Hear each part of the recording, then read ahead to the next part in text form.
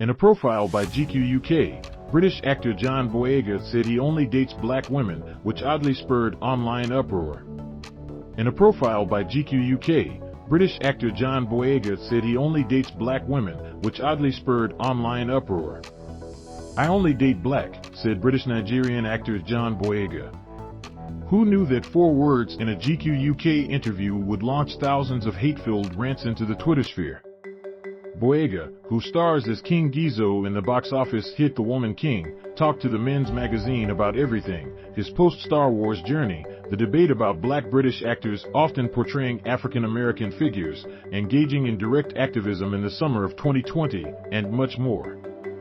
But his desire to date only black women turned into a discussion about double standards and preferences.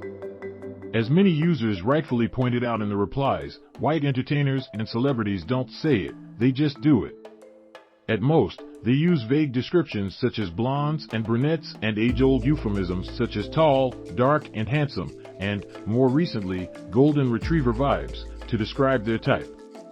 We've seen it on Love Island UK and so many other reality dating shows, for God's sake. John Boyega saying he dates only black women isn't a problem. Double standards are a problem. If a white actor said they only dated white women, many would not defend his right to have preferences, they would call him racist. The rules have to stay consistent, that's all. Considering we live in a world where white womanhood is perennially on a pedestal, the sheer fact that a black male celebrity made it clear that he wants to love and cherish us, without insulting any other group in the process, is refreshing. What is always disappointing, yet unsurprising, is the internet's reaction, a telltale sign of rampant misogynoir in today's society. Northwestern University professor Moya Bailey coined the term misogynoir in her 2008 dissertation. The term refers to the specific intersection of racism and sexism that black women often face, and she noted it is used colloquially in all types of academic, cultural, and casual settings. In reality, the Boyega discourse is a direct reflection of how people perceive black women and femmes.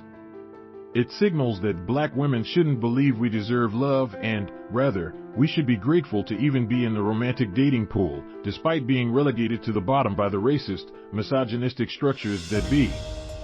Historically, we have been hypersexualized and adultified, reduced to objects for mere sexual pleasure. Black girls are perceived as needing less protection and nurturing and as being more knowledgeable about sex, according to a 2017 University of Florida Levin College of Law study examining violence against black women. Me watching these girls use this tall, dark, and handsome rubbish to describe their ideal white guy. Love Island girls stay saying they want tall, dark, and handsome men, but be describing white men. That will never not be crazy to me. Loudly crying face, loudly crying face, loudly crying face, chew. Then, on the other end point of the pendulum, black women are mammified and defeminized. The mammy caricature originates from the era of slavery and describes the archetypal black domestic servant who is a good-natured, obese, coarse, maternal figure. Too often, black women are deemed devoid of any desire or longing for companionship. The expectation is that we are worker mules, saving the world around us, gleefully and loyally, despite reaping minimal tangible benefits. The conversation also doubles down on the racist notion that loving a black woman, loudly, openly, and as she is unfathomable. It points to society's inability to see black women as full human beings. We are your playthings, your saviors, your bridesmaids and partners in crime, but never the bride. Yet here Boyega is, professing his love for us. When it comes to desirability, whiteness and the proximity to it have been and still are considered the default. On dating apps, black women and Asian men were decidedly the least sought after, NPR reported in 2018. But I got a lot of people that said, I never looked at it that way. These choices that I made, I didn't even realize, my preference is not just my own choice. It's actually a product of the environment that we live in. Dating expert Damona Hoffman recalling feedback from readers on an episode of Therapy for Black Girls. Atlanta-based therapist Joey Harden Bradford was joined by OkCupid dating expert and Dates and Mates podcast host Damona Hoffman, a black, Jewish, and biracial woman, to talk about online dating. But I got a lot of people that said, I never looked at it that way. These choices that I made, I didn't even realize. My preference is not just my own choice, Hoffman said in the episode. It's actually a product of the environment that we live in. Hoffman also found data noting that 52% of black women put an emphasis on culture, ethnicity, and race as it relates to our identity in comparison to a mere 36% of our black male counterparts, which affects how and who we engage in partnerships with. As Bachelor franchise podcast host and actor Michaela Bartholomew noted in conversation with NBC BLK, because black women are relegated to the bottom of the social hierarchy, engaging in relationships is often about finding someone that you're compatible with. Whereas, for black men, there's an assimilation to power that they're seeking. Matt James, who was the Bachelor franchise's first black male lead, had to have a nationally televised discussion with contestant Rachel Kirkconnell after photos from 2018 emerged of her wearing antebellum-style clothing. Since chattel slavery and colonialism, white women have been idolized as the pinnacle of femininity. It's one of many reasons why, according to the Pew Research Center, 24% of black men are married to women outside of their race, compared with only 12% of black women. Let's be clear, date who you want to date, but do not denigrate black women in the process of explaining your rationale for doing so. We see countless black cishet male celebrities with white wives and girlfriends on their arms. Landing a white wife is still perceived as a sign of status to some, only for black men to later realize that she wore antebellum clothing in a past life. No thoughts or racial analysis present, just vibes, internalized racism, and low self-esteem. Meanwhile, black women are expected to wait for our black king and uphold the institution of black love by any means necessary. Often black women are shamed for choosing their happiness and dating outside of their race.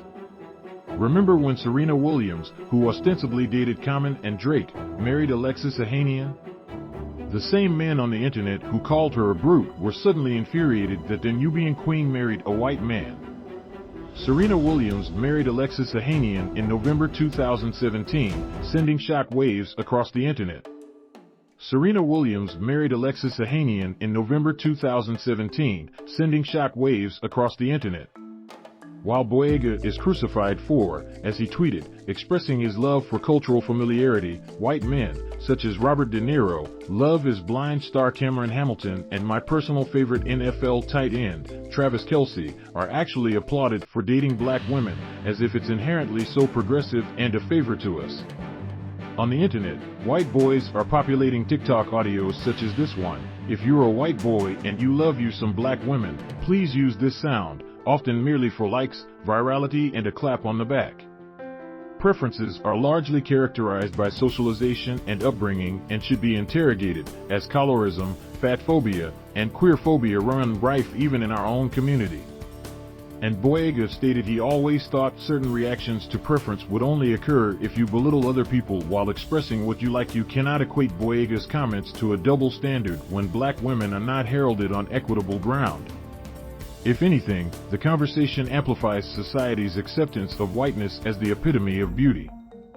The idea that it is so ludicrous for a black male celebrity to actually desire a black woman, and the idea that we are deserving of such love, shouldn't be as radical as the internet makes it out to be. Yet the mental gymnastics people employ to avoid saying the silent part aloud is mind-boggling. Instead, how about you just be quiet? Your misogynoir is showing. This article originally appeared on HuffPost and has been updated.